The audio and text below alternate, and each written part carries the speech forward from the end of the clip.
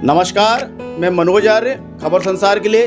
और इस समय हम बहुत ही खास टॉपिक और ख़ास खबर के लिए यहाँ बैठे हैं, क्योंकि प्रदेश में निकाय चुनाव की डुगडुगी बज चुकी है।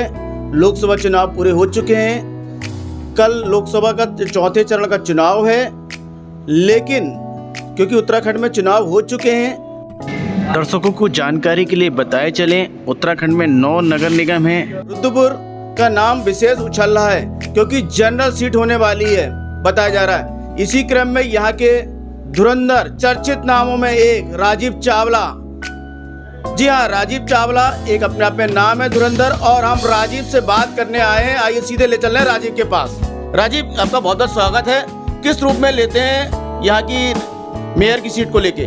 देखिए, अगर जब से रुद्रपुर अगर नगर निगम सीट की अगर बात की जाए, जब से नगर निगम बना रुद्रपुर, क्योंकि पहले नगर पालिका परिषद हुआ करता था, और जब से नगर निगम बना तो पहली बार ये सीट महिला एससी हुई, और उसके बाद जब चुनाव हुआ, दूसरा टर्म जब आया, तो उस दौरान ये सीट जो है एससी पुरुष हुई।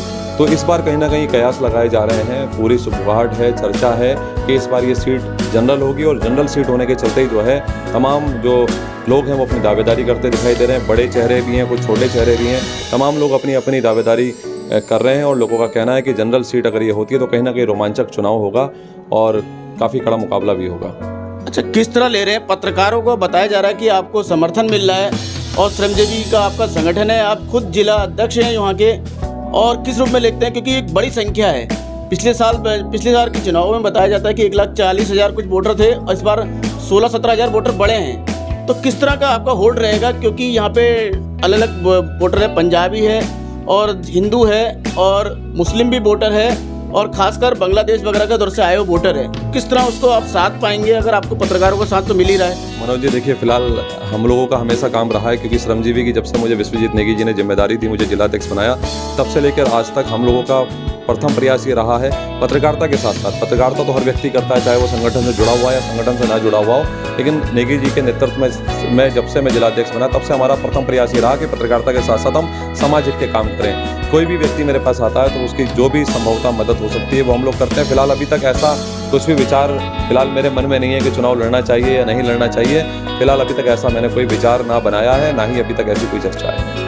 अच्छा, एक चीज़ बताइए, अगर आपको बाकायदा लोगों ने, पत्रकारों ने पूरा समर्थन दिया, तो किस तरह आप लड़ पाएंगे? क्योंकि मुख्यमंत्री का जो चेला है विकास को कह रहे हैं कि मुख्यमंत्री का चेला, लेकिन दूसरा जो विधायक है शिव अरोड़ा, उसका वो नारंग है, अमित नारंग। तो किस रूप में लेते हैं कि अगर तो आपकी फाइट हुई, या राजकुमार यहाँ के जो ठुकराल जी है उनका अच्छा खासा कद है, तो आप इन धुरंधरों से मुकाबला कर पाएंगे अगर आपको बाकायदा समर्थन दे दिया सबने, तो पत्रकारों के साथ साथ आम जनता ने भी? देखिए, क्योंकि मैं पत्रकारिता से जुड़ा हुआ हूँ, और मैंने बताया कि आप सब लोगों से ही मेरी ताकत है। अगर मुझे आप लोगों का सबका प्यार मिलेगा, विश्वजीत नेगी जी अगर कहेंगे मुझसे कि चुनाव लड़ना है, हमारे प्रदेश भर के पत्रकार अगर कहेंगे कि चुनाव लड़ना है, चुनावी मैदान में कूदना है, तो आप लोगों के सबके भरोसे मैं चुनावी मैदान में कूदूँगा।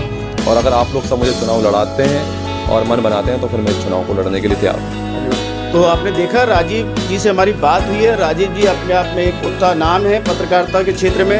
अगर उनको सीट मिलती है और पत्रकारों का समर्थन मिलता है, और खासकर जनता का 1,56,000 वोटर का अगर साथ मिला, तो निश्चित रूप से पत्रकारों के लिए, कल्याण के लिए, जैसा उन्होंने कहा, हम तमाम योजनाएं और उस पर वर्क करेंगे, तो निश्चित रूप से लाभान्वित होंगी रुद्रपुर की जनता। नमस्कार, मैं मनोज आर्य, खास खबर के साथ।